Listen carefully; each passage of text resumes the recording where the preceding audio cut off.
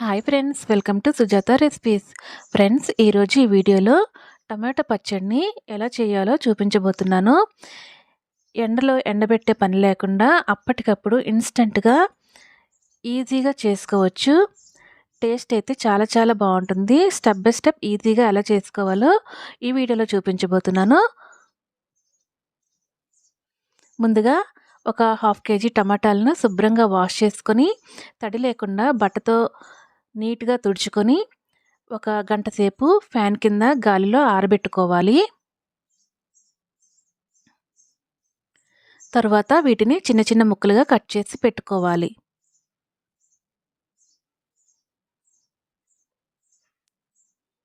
ఒక ప్లేట్లో 100 గ్రాముల చింతపండు తీసుకొని ఇందులో నార అలాగే గింజలు లేకుండా శుభ్రం చేసి పెట్టుకోవాలి.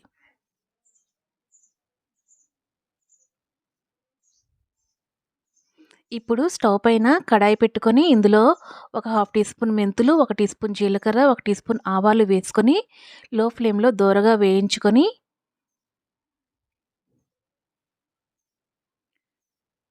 స్టవ్ ఆఫ్ చేసుకొని ఒక ప్లేట్లోకి తీసి చల్లార్చుకోవాలి. చల్లారిన తర్వాత మిక్సీ జార్లో వేసుకొని మెత్తగా గ్రైండ్ చేసుకోవాలి.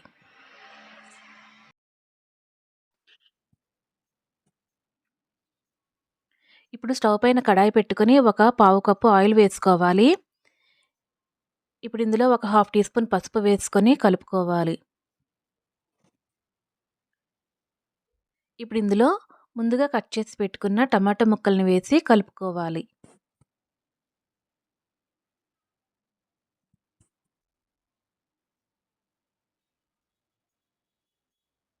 ఇందులోనే మనం ముందుగా శుభ్రం చేసి పెట్టుకున్న చింతపండును కూడా వేసి కలుపుకొని మూత పెట్టి ఉడికించుకోవాలి.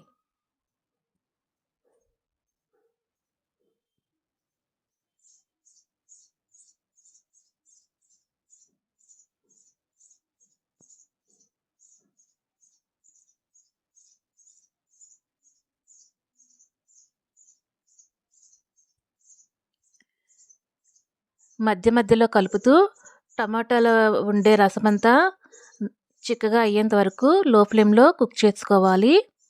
ఇప్పుడు స్టవ్ ఆఫ్ చేసుకొని వీటిని చల్లార్చుకోవాలి. ఇది చల్లారిన తర్వాత మిక్సీ జార్లో వేసుకోవాలి.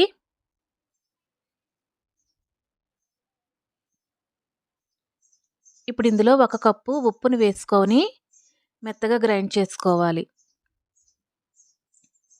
దీన్ని ఒక బౌల్లో వేసుకోవాలి.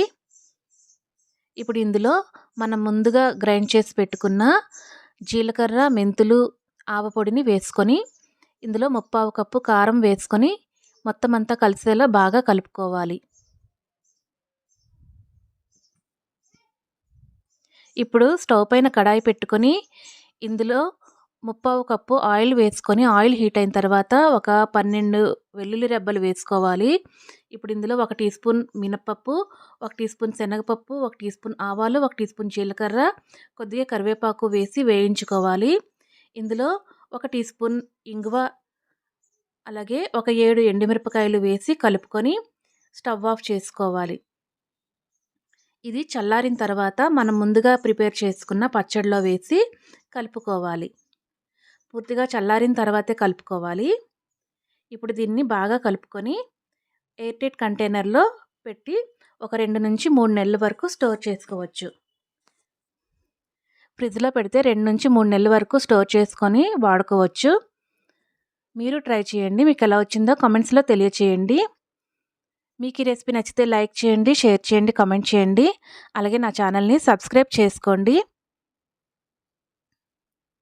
Thanks for watching my video.